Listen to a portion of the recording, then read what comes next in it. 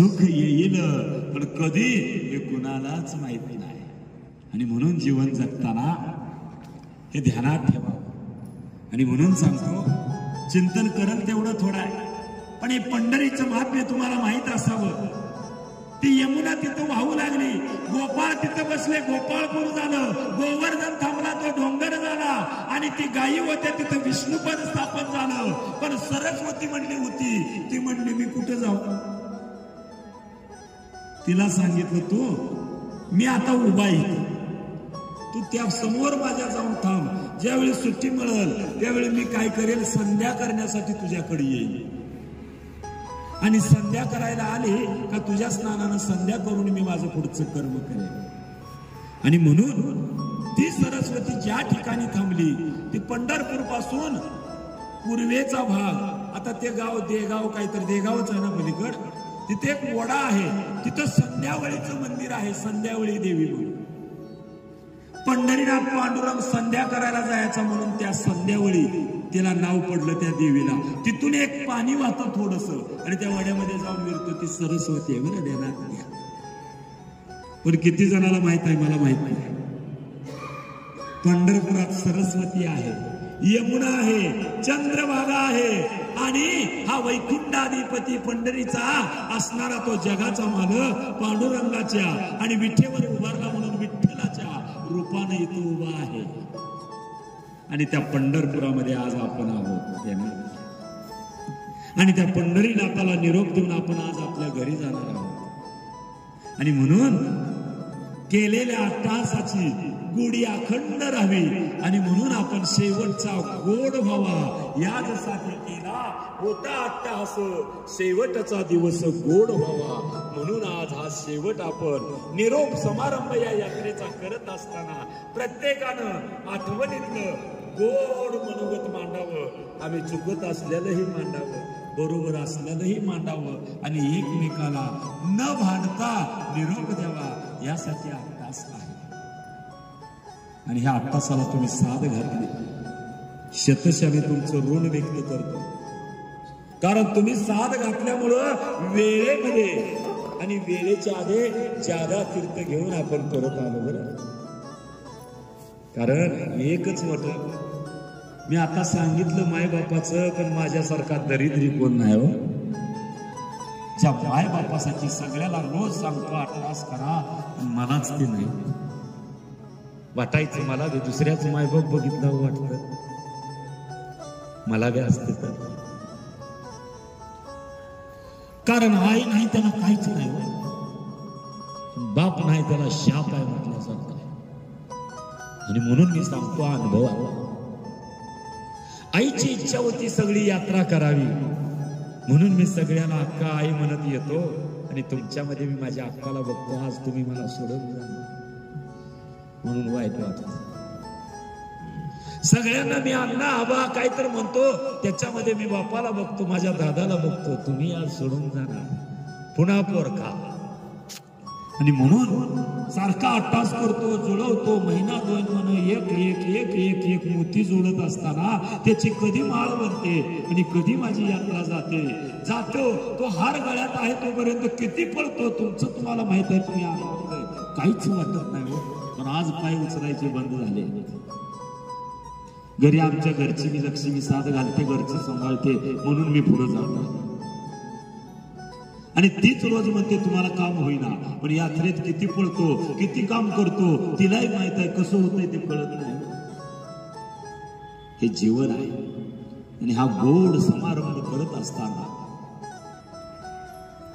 ती माळ इथपर्यंत येते, इथं आल्यावर तुटते, त्याचे मोती विखरले जातात. आणि विखरलेल्या मोत्याला पुन्हा जोडता जोडता पुन्हा महिना दोन महिने जात, पुन्हा ते तुटतं, पुन्हा ते तुटतं. हे जीवन असंच असतं.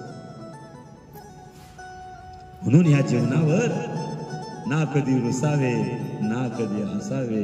हे जीवन आहे, हे जीवन जगत राहावे. आणि हा तास केलेला आहे माझ्या मायबापाची आठवण म्हणून मी करतोय. त्याला तुम्ही साथ घालताय, असंच प्रेम राहावं एवढीच इच्छा व्यक्त करणार. आज मी जास्त वेळ घेणार नाही. प्रसाद तुमची वाट बघतोय, आणि तो प्रसाद गोड करून कुणी न खाता जायचं नाही. हे गोड, हा गोड तुम्ही करावा म्हणून 8 तास आहे. तुम्हाला मी आल्या आल्या हाय असं मी सोडू शकलो असतो बाकीच्या यात्रा करू सारखं, यात्रावाल्यासारखं, पण नाहीये. तू गोड शब्द, कारण उद्या मी तुम्हाला उद्यापासून पाठ उठवणार नाही, कुठं मी थांबवणार नाही, 10-11 वाजता रातच्या जेवायला घालणार नाही. वेळेला तुम्ही घरी गेल्यावर खात चला. फक्त कुठं तर कोपऱ्यात हे येड्याला आठवण द्या, एवढंच मागणं मागतो आणि माझ्या वाणीला पूर्ण विराम द्या.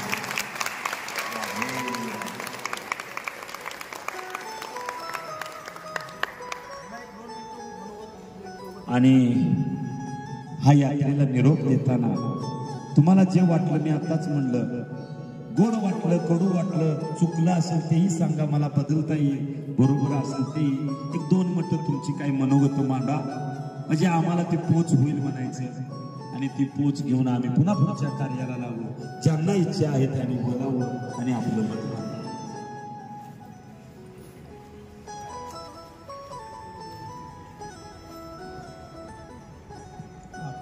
महाराजांनी सांगितलं की ज्यांना जे वाटतंय ते त्यांनी आपल्या मनोगतातून व्यक्त करावं असं त्यांनी आत्ता सांगितलं. आणि त्यामुळे मला पण असं वाटलं की आपण पण थोडं 2 शब्द बोलावं. संतांच्या पायी प्रेमाचा सुकाळ, संतांच्या पायी प्रेमाचा सुकाळ, अशा या संतांच्या पुण्य पावन नगरीमध्ये आपण आपल्या यात्रेला समारोप करण्यासाठी या ठिकाणी जमलेलो आहोत. आता हे समारोह करत असताना आता मला जो अनुभव आला तो मी या ठिकाणी सांगणार आहे. कदाचित प्रत्येकाचा अनुभव हा वेगवेगळा असू शकतो. आता या ठिकाणी माझा अनुभव सांगत असताना मला महाराज सर्दीचा भयंकर त्रास आहे. सर्दीची भयंकर अलर्जी आहे. मी महिन्यातून फक्त 2 वेळा डोक्यावर आंघोळ करतो, 15 दिवसांची एकादशी आणि महिन्याची एकादशी.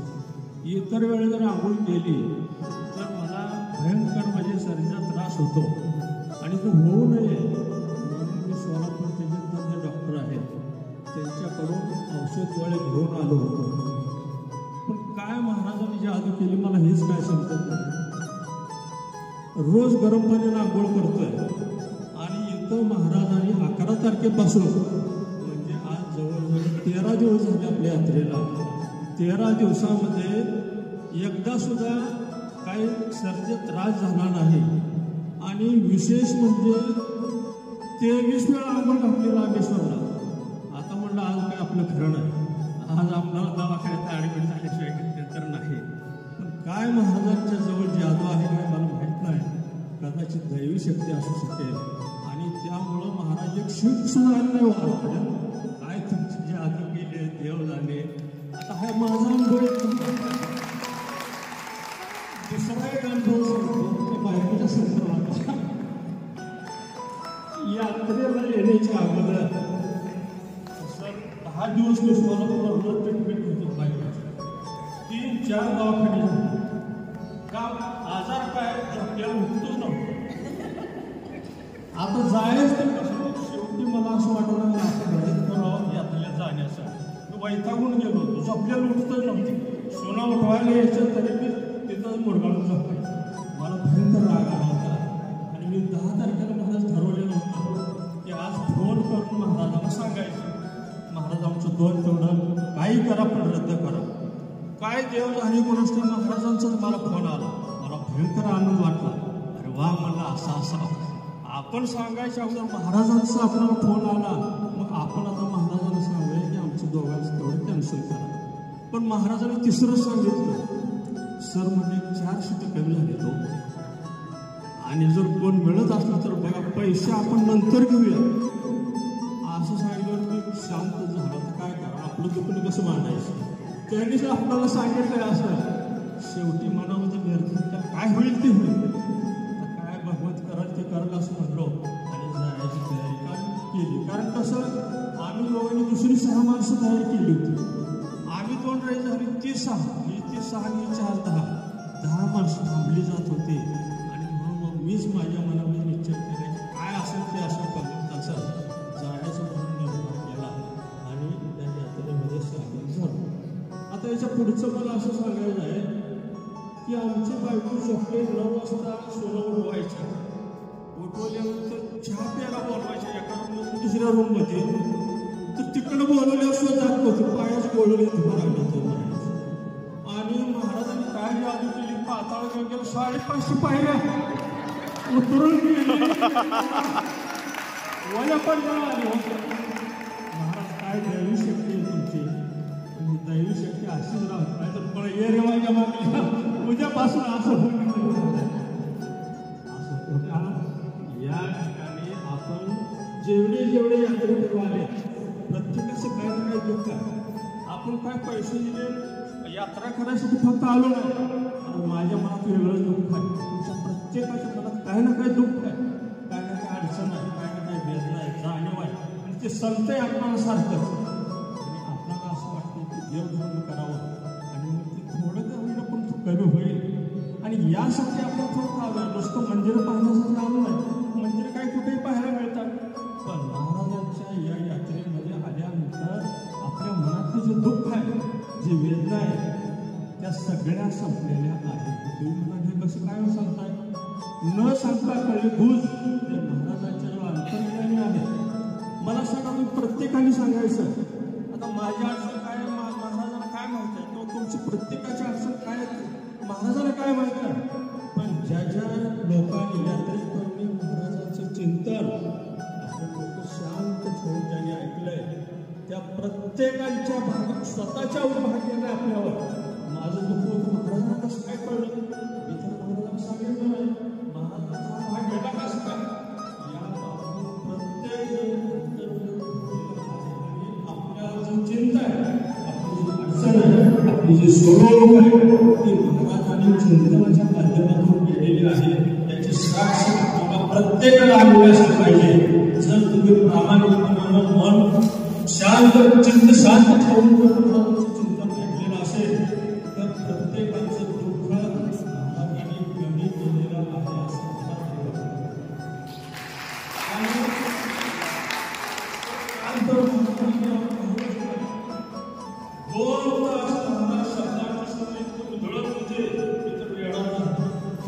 बरेच दिवस एखाद्याला अन्न मिळत नसतं, भुकायला असतं, एखादा ताट ठेवून काय खावं काय कळत नाही. आणि तर अवस्था नसते.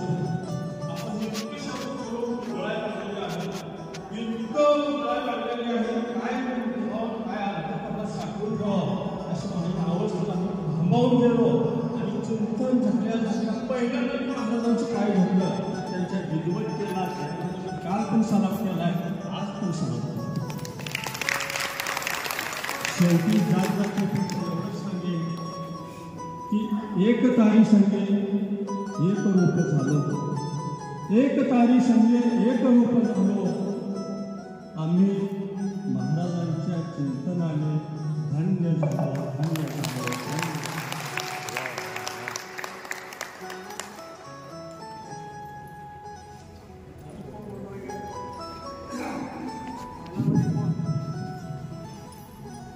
याचसाठी केला होता असं अखेरचा दिस गोड व्हावा. आपण 11 तारखेला निघालो होतो, आणि 11 तारखेला निघालेलं असताना कोणाच्या वळकी नव्हत्या, कोणाचं काय नव्हतं. आणि हळूहळू वळकी पडत गेल्या. आणि एक वाकडे साहेब होते आपले, आणि वाकडे साहेबाचं नाव कुठले घेतलं वाटत पूर्ण यात्राच वाकडी होता. पण इतकी मस्त यात्रा झाली. देव माणूस, देव नाव त्यांचं परमेश्वर. परमेश्वर सगळ्यात जास्त कोणी हसवलं असेल तर मी एका लेडीचं नाव घेतो, आणि तिचं नाव आहे संध्या राणी. संध्या जर त्यांची अपेक्षा काय होती की मला परमेश्वराचं दर्शन शरीर छोटस दर्शन घेतली मला काय परत अजून दर्शन द्यायचं.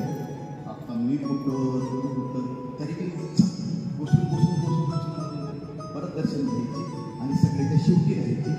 आणि साहेब विचारायचे, महाराज विचारायचे, मेजर संध्याराणी आली का, चंद्राने आली का सर्व स्टाफ आला सर्व यात्रा पोचलो असं करायचं.